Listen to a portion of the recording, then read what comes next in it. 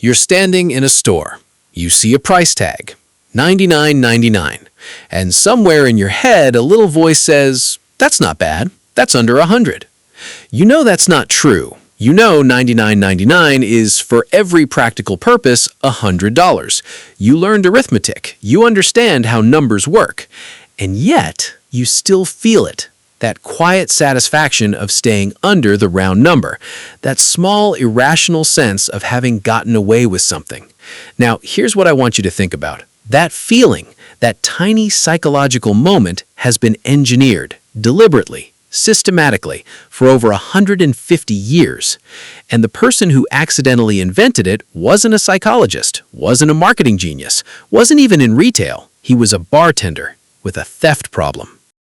It's 1871, Dayton, Ohio. A man named James Ritty opens a saloon. He sells whiskey, wine, and cigars. Business is good, but something is wrong. The money doesn't add up. Not a little wrong, consistently, mysteriously, persistently wrong. Every week, the cash in the till is less than it should be, and Ritty knows exactly why. His bartenders are stealing from him, pocketing cash from customers and simply not recording the sale. In an era before any tracking system existed, this was easy. You take money, you don't ring it up, you keep the change. The owner never knows. Ritty is losing money he can't see to people he can't catch in a way he can't prove. So, in 1878, exhausted and stressed, he takes a steamship to Europe to clear his head. And somewhere in the middle of the Atlantic Ocean, he wanders down to the engine room. There, he notices a small machine, a mechanical counter that tracks the number of times the ship's propeller rotates. Precise, automatic, impossible to tamper with. Every revolution recorded. And Ritty has a thought. What if you could build something like that for money? He goes home, teams up with his brother John, a mechanic. They build prototype after prototype. 2 failures. Then, on November 4th, 1879, they patent their third attempt. They call it Ritty's Incorruptible Cashier. It's a crude machine. It doesn't print receipts. It doesn't even have a cash drawer. It just records transactions on a dial, like a clock face, so that at the end of the day, the owner can compare the machine's count against the cash in the till. If the numbers don't match, someone is stealing. It's a trap disguised as a machine. And it works, but it only works if every transaction gets recorded, which means the cashier has to press the keys for every sale, which means, and here is where everything changes, prices have to be set in a way that almost always requires making change. Because if the item costs exactly $1 for a $1 item, the cashier never opens the register. No record, no audit trail. Back to stealing. But if the item costs 99 cents, the customer pays $1. The cashier owes a penny. The register opens. The bell rings. The manager looks up. Transaction recorded. That's it. That's where 99 cents comes from. Not a focus group, not a psychology lab, not a decade of consumer research. A bartender who was tired of being robbed. Ritty sold his patent almost immediately. Running a manufacturing business turned out to be as stressful as running a saloon, and he wanted no part of it. A group of investors bought the rights. Eventually, a man named John Henry Patterson took over, renamed the company the National Cash Register Company, NCR, in 1884, and turned it into one of the most powerful businesses in America. Cash registers spread everywhere, into grocery stores, department stores, pharmacies, restaurants, and with the cash registers came the pricing logic that made them work.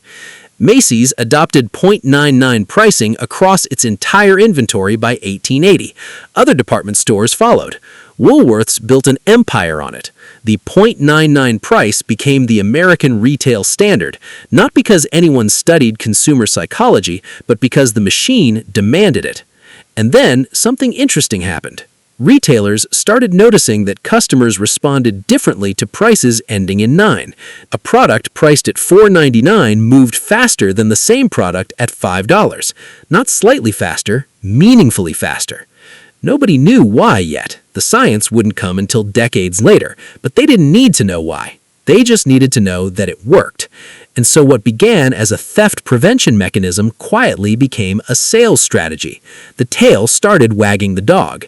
The machine no longer needed the pricing, but the pricing had taken on a life of its own.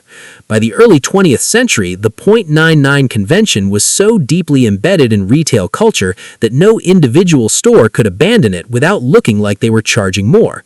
The trap had flipped. Now it was the retailers who couldn't escape it.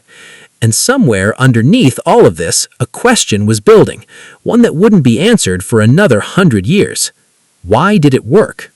In 2005, two researchers named Thomas and Morowitz published a study called Penny Wise and Pound Foolish: The Left Digit Effect in Price Cognition. Here is what they found. When human beings read a number, they don't process all the digits simultaneously.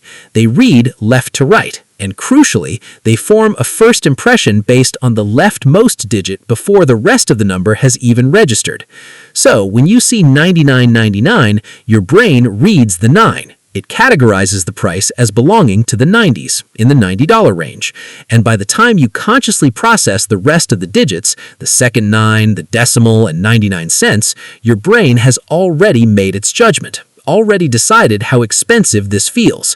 You are not rounding $99.99 to $100. Your brain is anchoring it at $90. And it happens faster than conscious thought, faster than you can stop it.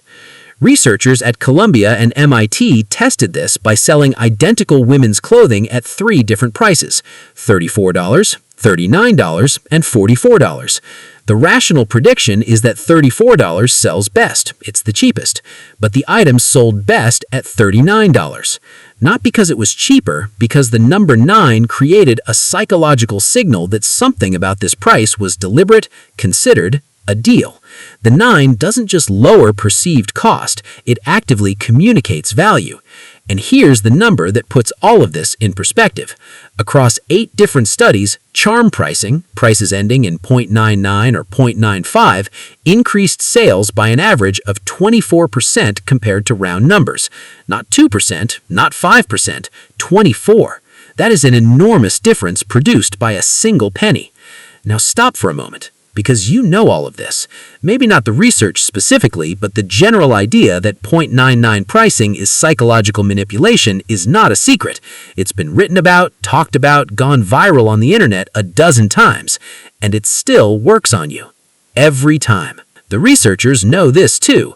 A 2022 study specifically tested whether consumers who were aware of the left digit effect could override it when making purchasing decisions. The awareness made essentially no difference. By the time your conscious mind catches up, the anchoring has already happened. You cannot unsee the leftmost digit first. You are not stupid. Your brain is just doing exactly what it evolved to do, making fast judgments with incomplete information. Retailers simply learned to exploit the seam between fast thinking and slow thinking, and they've been doing it without interruption for 150 years. But here is where it gets strange. Researchers at Ohio State University ran a study on upgrades. Here's what they found. When you price a base product at $39.99 and the upgraded version costs $59.99, customers are significantly less likely to upgrade than if the base product costs $40 and the upgrade costs $60. Think about that. The price that makes you buy the cheaper thing also makes you refuse to spend more on the better thing. The same psychological boundary that pulls you in at $39.99 becomes a wall between you and $59.99. Crossing from the 30s to the 50s feels like a massive leap, but going from 40 to 60, 2 round numbers, feels like a smaller, simpler decision. The .99 trick creates a bargain signal so strong that anything beyond it feels like overpaying. Retailers using charm pricing are in effect trapping their customers in the cheaper tier. The tool that drives sales volume works against revenue per customer. And then there's the other contradiction, the one that luxury brands have understood for decades. Louis Vuitton prices bags at $2,000, not $1999.99. Rolex prices watches at $8,000, not $79.99.99. Chanel, Hermes, Bottega Veneta, round numbers every time. Because in those markets, 0.99 pricing doesn't signal a deal. It signals desperation. It signals that the brand is trying too hard to seem affordable. And for a customer spending thousands of dollars on a status object, the last thing they want to feel is that the brand is playing games with their perception. Round numbers in luxury communicate something 0.99 can never communicate. Confidence. The price is what it is. We're not trying to trick you. Take it or leave it. And customers pay more for that honesty. So here's the complete, strange picture. 0.99 pricing makes cheaper products sell more, but makes customers upgrade less. It works on people who know it's a trick. It fails completely on people buying luxury goods. It was invented to catch thieves. It spread because a machine rang a bell every time a cashier made change.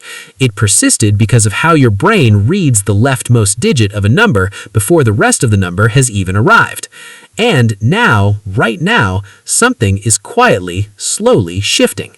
Netflix charges $15.49, not $15.99 or $14.99. Spotify charges $10.99, a number that doesn't feel like charm pricing at all. Some tech companies have started pricing subscriptions at round numbers, $10, $15, $20, because research shows that for bills you see every month, round numbers feel more honest, more trustworthy. Customers don't want to feel manipulated on a charge that hits their account 12 times a year. The .99 era, which began with a bartender in Dayton, Ohio, and a machine designed to catch thieves, may be quietly, slowly ending, but not yet. Walk into any store today, look at the price tags, count how many end in 9. A 2005 study found that nearly 60% of all retail prices end in the number 9. 60%. That's not a coincidence. That's a convention so deeply embedded that most retailers don't even choose it consciously anymore. It's just what prices look like. It's just how the world is. Except, now you know it isn't. You know it started with a stolen penny in an Ohio saloon. You know it spread because a machine rang a bell every time a cashier made change. You know it persisted because of how your brain reads the leftmost digit of a number before the rest of the number has finished arriving. And you know that the next time you stand in a store and feel that quiet satisfaction, this is under 100, this is a good deal, I'm being smart with my money, that feeling was designed. Not by your brain, by someone else's understanding of it. The price tag isn't telling you what something costs, it's telling your brain what something costs. And those are two very different things.